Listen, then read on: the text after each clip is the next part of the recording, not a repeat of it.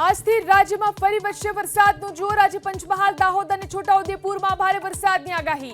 તો કાલે ભરૂચ અને નર્મદામાં ખાબકી શકે ભારેથી અતિ ભારે વરસાદ।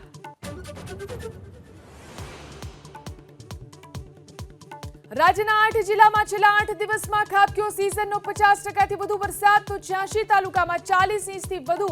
દ્વારકામાં 8 દિવસમાં વરસ્યો 97% વરસાદ।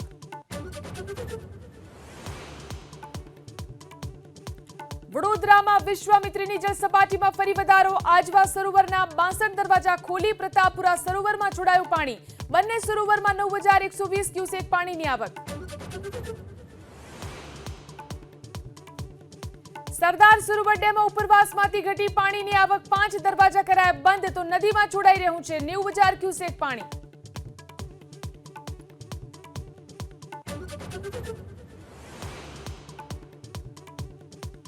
તહેવારોની સિઝનમાં કોમર્શિયલ એલપીજી સિલિન્ડરના ભાવમાં વધારો। 19 કિલોના પ્રતિ કોમર્શિયલ સિલિન્ડરના ભાવ 39 રૂપિયા વધ્યા। તો ઘરેલું ગેસ સિલિન્ડરના ભાવમાં કોઈ ફેરફાર નહીં। હરિયાણામાં વિધાનસભા ચૂંટણીની તારીખમાં ફેરફાર। 1ના બદલે 5મી ઓક્ટોબરે યોજાશે મતદાન। તો હરિયાણા જમ્મુ કાશ્મીર વિધાનસભા ચૂંટણીના પરિણામ 8મી ઓક્ટોબરે।